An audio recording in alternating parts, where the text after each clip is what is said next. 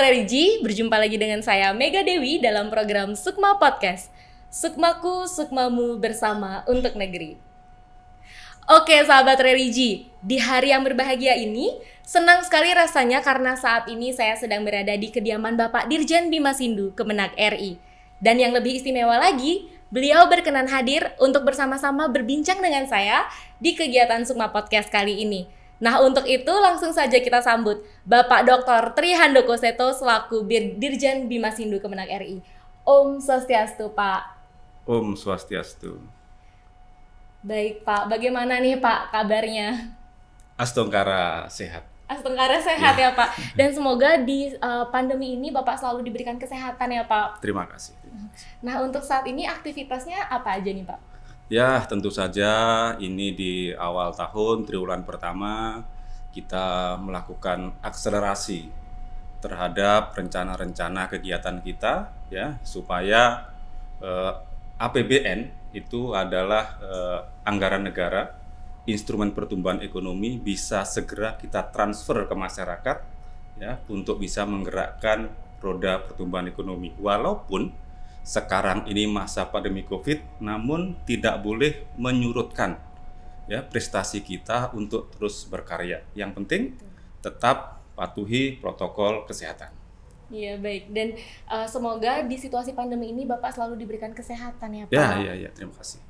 Oke Pak, jadi kami di sini ingin membahas mengenai Pasraman Pak. Ya. Nah saat ini kan masyarakat kita masih mungkin banyak ya Pak yang belum tahu sebenarnya apa sih sebenarnya Pasraman itu?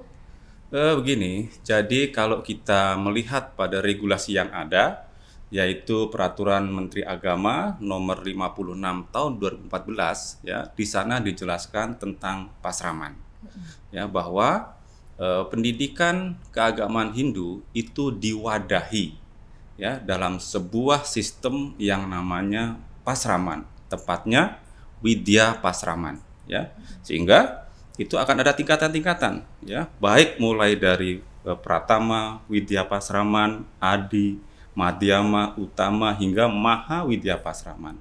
Itulah sistem pendidikan keagamaan Hindu yang ada di negara kita. Nah kalau sahabat kita yang di Muslim kan memiliki pondok pesantren ya Pak, dan kita mungkin di Hindu namanya Pasraman. Nah perbedaan dari pondok pesantren dan Pasraman ini apa Pak? Ya saya kira secara sistem memang setara. Ya, Widya Pasraman atau kita kenal dengan Pasraman itu memang setara dengan pesantren.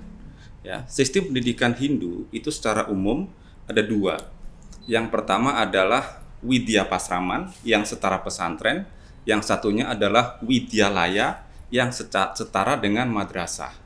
Nah, hingga saat ini yang sistem kita sudah siap itu adalah Widya Pasraman. Teman-teman di daerah sangat antusias untuk membangun Widya Pasraman, bahkan beberapa sudah akan segera kita negerikan. Sementara yang Widyalaya ini regulasinya sedang kita susun, mudah-mudahan tahun depan juga bermunculan Widyalaya yang setara madrasah itu. Dan berbicara mengenai pendidikan di Pasraman nih Pak, nah penting sekali kaitannya dengan pendidikan karakter kan Pak. Iya betul. Lalu bagaimana penerapan konsep dari pendidikan karakter sendiri di Pasraman Pak? Justru memang dalam Pasraman itu mayoritas adalah pendidikan agama keagamaan yang tentu saja itu adalah merupakan pendidikan karakter. Ya, saya kira kitab suci kita memiliki banyak sekali panduan buat kita untuk membangun karakter umat kita. Terkait dengan hal pendidikan, maka yang kita butuhkan adalah karakter anak-anak didik yang siap menghadapi perubahan, ya, siap menghadapi kemajuan teknologi. Ada 3 hal secara umum yang terkait dengan pendidikan karakter. Pertama, anak didik kita harus memiliki keahlian, ya. Oleh karenanya dalam Pasraman, ya, itu juga diajarkan pendidikan umum sekitar 40%. Tujuannya apa? Agar kita punya keahlian anak-anak kita. Nah, kemudian diajarkan juga bagaimana membangun strategi. Ya, keahlian saja tanpa strategi tidak akan banyak manfaatnya. Kita punya senjata tajam hanya disimpan saja. Kemudian kalau sudah punya keahlian, punya strategi, maka kita harus mendasari itu semua dalam bingkai Dharma Wisdom, ya, atau kebijakan Dharma. Nah, inilah yang akan membentuk karakter anak-anak kita yang sesuai dengan ajaran kitab suci kita dan juga siap menghadapi perubahan zaman yang kian cepat ini. Baik Pak, jadi yang saya tangkap adalah pendidikan karakter yang dikaitkan dengan penanaman nilai-nilai agama ya Pak ya? Iya, betul. Nah kemudian nilai-nilai agama apa mungkin Pak yang diterapkan pada Pasraman yang ditanamkan untuk membentuk nih Pak kualitas SDM Hindu di Indonesia yang baik? Ya, tentu saja setiap level memiliki beda-beda metode. Betul. Ya, untuk anak-anak tentu di level Pratama, kemudian level Adi, ya tentu akan berbeda dengan anak-anak yang di level Madhyama bahkan utama. Ya, kemudian kalau sudah Maha tentu beda sekali. Ya, tentu di awal-awal adalah penanaman budi pekerti, ya itu di level-level dasar. Ya, kemudian level-level atasnya sudah bicara tentang keahlian. Ya, kemudian level yang paling tinggi tentu bicara keahlian plus strategi dan kebijakan Dharma. Jadi tentu saja kita harus menyesuaikan dengan kebutuhan anak didik kita sesuai levelnya. Dan perkembangan Pasraman nih Pak, baik secara formal maupun non formal kan belum maksimal sekali nih Pak di Indonesia, mengingat sebenarnya pentingnya pendidikan karakter melalui Pasraman itu ya Pak ya. Nah kemudian adakah Pak langkah-langkah yang ingin Bapak lakukan, mungkin yang sedang atau yang akan Bapak lakukan ke depannya mengenai perkembangan dari Pasraman di Indonesia Pak? Ya, kita memiliki Pasraman itu dalam 3 kategori. Yang pertama adalah Pasraman Minggu, kemudian Pasraman non formal dan Pasraman formal. Ya, Pasraman Minggu sesungguhnya dilaksanakan, dijalankan untuk mengakomodasi belum mampunya pemerintah menjalankan undang-undang pendidikan, di mana seluruh siswa yang beragama tertentu termasuk Hindu harus mendapatkan pengajaran agama Hindu, ya, dan diajarkan oleh guru yang beragama Hindu. Ya, teman-teman di luar Bali khususnya ya mengakomodasi itu dalam membentuk Pasraman Minggu. Pelajarannya pelajaran sekolah. Kemudian ada juga Pasraman non formal. Ya, Pasraman non formal ini saya kira di Bali juga sangat banyak, di luar Bali juga sangat banyak. Ya, ini lebih kepada kebutuhan real untuk peningkatan SDM di masyarakat. Dan yang terakhir adalah Pasraman formal yang setara dengan pondok pesantren juga yang formal itu, dia hampir sederajat sesungguhnya dengan sekolah-sekolah umum, tetapi dia berada pada sekolah pendidikan keagamaan. Ya, nah tadi yang ditanyakan apa? Langkah pengembangan ke depannya Pak. Ya, kalau kita melihat pasraman-pasraman yang ada, ini sekarang ini memang masih jauh dari kebutuhan. Kualitasnya juga sangat jauh dari ideal. Ya, oleh karena itu diperlukan strategi besar, pemikiran besar, ya, dan sikap-sikap yang besar pada seluruh stakeholder untuk bersama-sama membesarkan pasraman-pasraman yang ada. Ini sangat penting, saya kira, melihat SDM kita, ya, yang sangat terbatas. Persoalan utama dalam mengembangkan pasraman adalah umat Hindu itu tidak cukup banyak, tetapi sebarannya sangat distributed.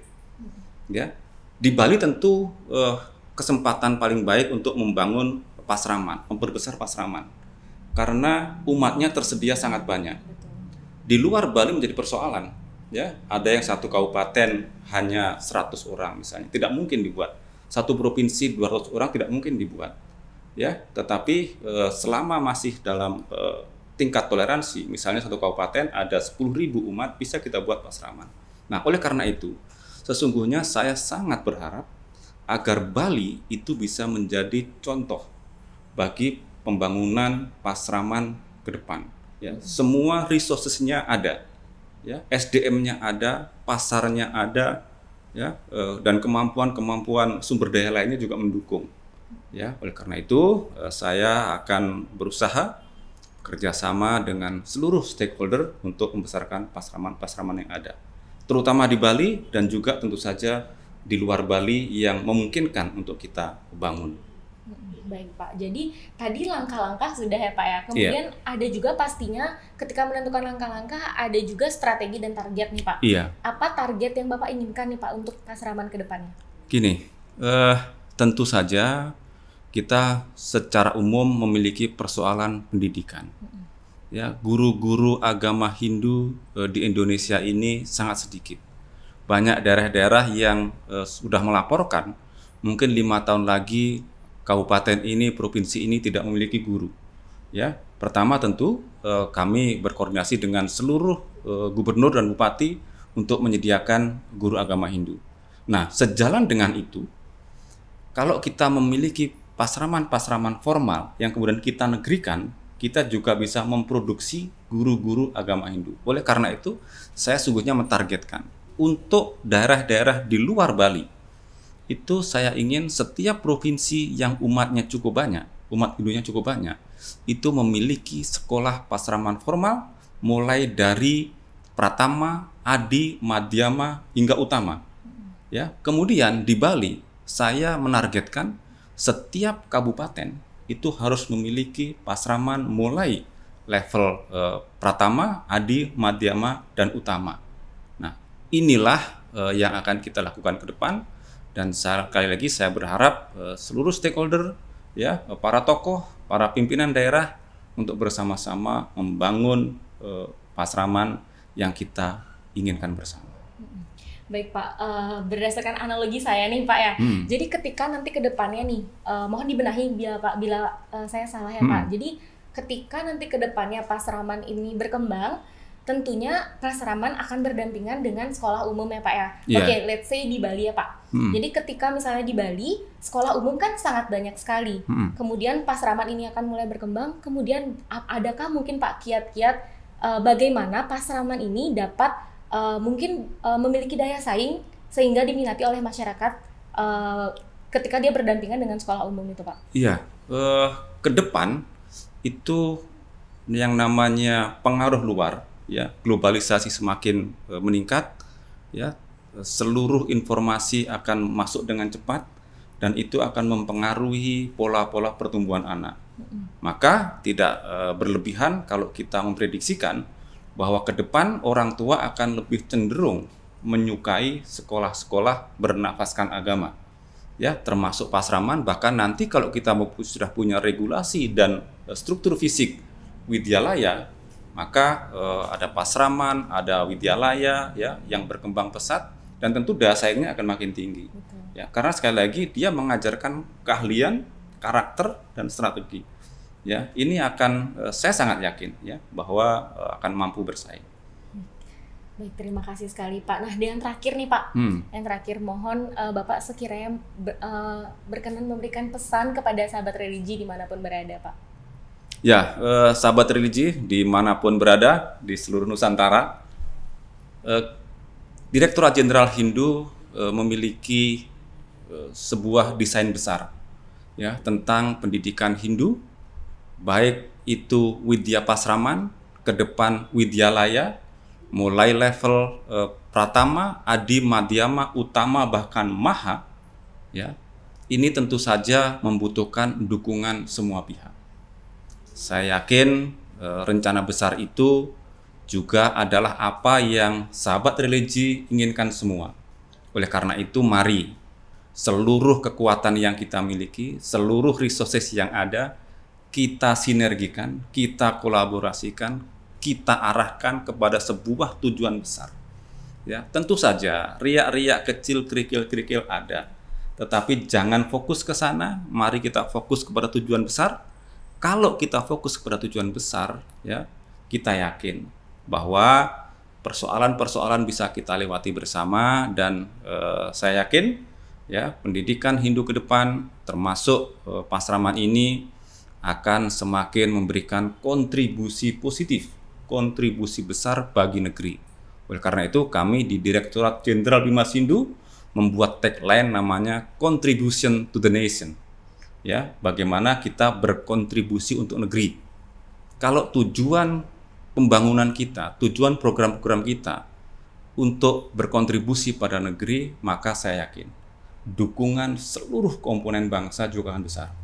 Ya, ini yang kita harapkan bersama. Jadi mari fokus pada tujuan besar, ya mari bersama-sama membangun pendidikan Hindu ke depan. Baik, Astungkara, terima kasih sekali nih Pak atas waktunya Pak. Terima kasih Bapak telah berkenan hadir meluangkan waktunya untuk berbincang-bincang dengan kami di Sukma Podcast Pak. Terima kasih telah hadir. Terima kasih. Oke sahabat religi, demikianlah tadi perbincangan kita bersama Bapak Dr. Trihandoko Seto. Dan semoga segala hal yang kita perbincangkan tadi dapat bermanfaat bagi sahabat religi dimanapun berada. Dan jangan lupa untuk like, komen, dan subscribe channel YouTube kita. Sampai jumpa di tayangan berikutnya.